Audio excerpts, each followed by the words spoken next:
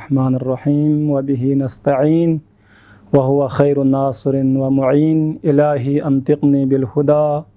والہمنی التقوی۔ سب سے پہلے تمام ناظرین کرام کی خدمت میں السلام علیکم ورحمۃ اللہ وبرکاتہ۔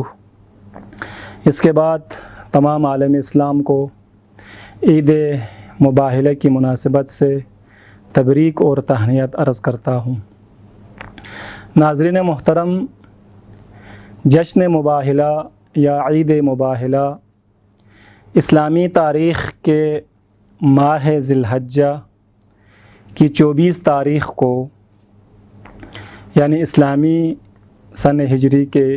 24 تاریخ کو واقعہ مباہلہ رونما ہو جاتا ہے۔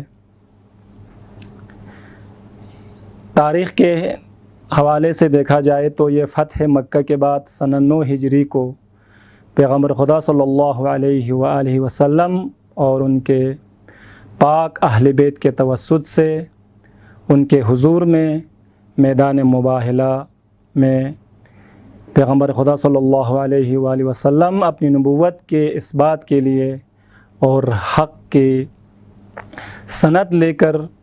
عیسائیوں کے ساتھ مباہلہ کرتے ہیں، اور اس میں فتح و نصرت اسلامی تاریخ میں ثبت ہو جاتی ہے۔ اس واقعے کا پس منظر دیکھا جائے تو تاریخ میں یوں ملتا ہے کہ فتح مکہ کے بعد جب رسول خدا صلی اللہ علیہ وآلہ وسلم نے دین اسلام کا پیغام پہنچانے کے لیے مختلف جگہوں پر اور مختلف ادیان کے رہنماؤں کو خط بھیجنا شروع کر دیا، خطوط بھیجتے تھے جناب رسول خدا صلی اللہ علیہ وآلہ وسلم کی طرف سے، تو ان میں سے ایک خط مدینہ کے علاقۂ نجران کے عیسائیوں کے نام پر اور ان کے جو رہبر ہے ان کے پوپ کے نام پر رسول خدا صلی اللہ علیہ وآلہ وسلم نے خط بھیجا۔ اس خط کے آغاز میں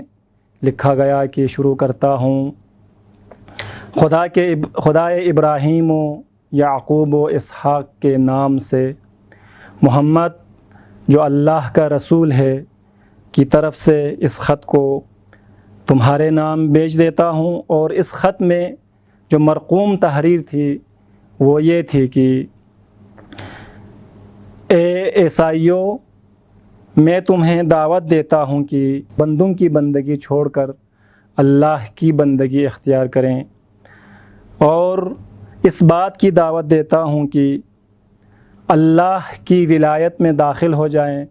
اور بندوں کی ولایت سے نکل جائیں۔ اور باقی تفصیلات اس خط کے کا حصہ ہے۔ یہ خط جب پہنچ جاتا ہے علاقۂ نجران میں تو عیسائیوں کی طرف سے ایک وفد بلایا جاتا ہے، اور صلاح و مشورے کے بعد یہ فیصلہ ہو جاتا ہے کہ اس خط کے حوالے سے اس کے سلسلے میں بات کرنے کے لیے رسول خدا صلی اللہ علیہ وآلہ وسلم سے بات کی جائے۔ لہٰذا 60 افراد پر مشتمل ایک وفد تشکیل دی جاتی ہے، اور اس وفد کو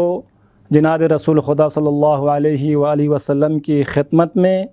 بھیج دیتے ہیں۔ جب یہ وفد پیغمبر خدا صلی اللہ علیہ وآلہ وسلم کی خدمت میں پہنچ جاتے ہیں اور رسول خدا کی طرف سے وہ محکم دلائل پیش کیے جاتے ہیں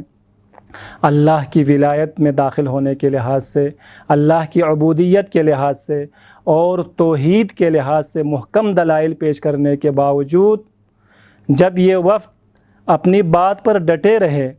اور اپنی بات کو سچ ثابت کرنے کے سلسلے میں بحث و مباحثے کو طول دیا،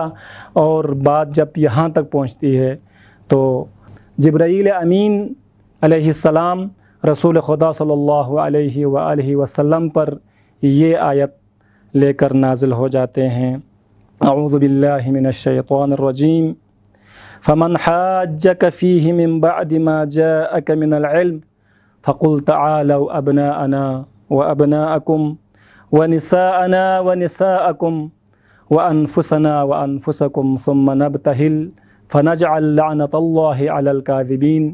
یہ آیت جب جبرائیل علیہ السلام لے کر پیغمبر خدا صلی اللہ علیہ وآلہ وسلم پر نازل ہو جاتے ہیں تو پیغمبر خدا صلی اللہ علیہ وآلہ وسلم فقل تعالوا ندعو ابناءنا وابناءکم، پیغمبر کو حکم ہوتا ہے کہ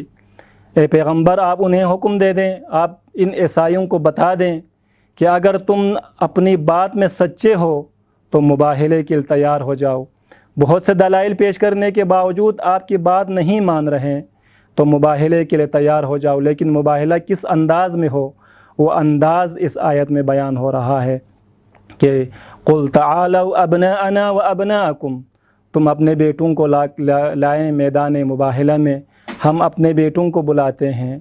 ونساءنا ونساءکم، تم اپنی عورتوں کو بلاؤ، ہم اپنی عورتوں کو بلاتے ہیں، وانفسنا وانفسکم، تم اپنے نفسوں کو بلاؤ اور ہم اپنے نفسوں کو بلاتے ہیں۔ جب یہ میدان مباہلہ سج جاتا ہے اور عذاب الہی کے سلسلے میں ایک دوسرے پر لعن طعن کرنے کے حوالے سے جب یہ مباہلہ کا انداز اس صورت میں اس نتیجے پر اور اس مرحلے پر پہنچ جاتے ہیں تو عیسائیوں کے ایک بڑے پادری یہ کہہ کر اٹھتا ہے کہ ہم مباہلے سے ہاتھ اٹھا لیتے ہیں، ہم مباہلے کی طرف نہیں جاتے ہیں۔ کیونکہ ہم اس میدان مباہلہ میں رسول خدا صلی اللہ علیہ وآلہ وسلم نے جن شخصیات کو اس میدان مباہلے میں لے کر آئے ہیں، ان شخصیات کے چہروں کی طرف مجھے دیکھ کر یہ معلوم احساس ہو رہا ہے کہ اگر یہ لوگ درگاہ الہی میں ہاتھ اٹھا کر دعا کریں اور ہمیں عذاب میں مبتلا ہونے کی دعا کریں تو ہم یہاں پر نیست و نابود ہو جائیں گے، اور اگر یہ آواز اٹھائیں تو ان کی آواز سن کر پہاڑوں میں لرزہ طاری ہو سکتا ہے۔ اس ہیبت ناک انداز کو دیکھ کر اور اس حقانیت سے بڑے واقعوں کو دیکھ کر عیسائی مباہلے سے پیچھے ہٹ جاتے ہیں۔ عزیزان محترم، میدان مباہلہ اسلام کی حقانیت کا تاریخ ساز واقعہ ثابت ہوا۔ نبوت محمد صلی اللہ علیہ وآلہ وسلم اللہ کی طرف سے ہے، اس بات کے لیے یہ واقعہ مرکزی کردار ادا کر رہا ہے۔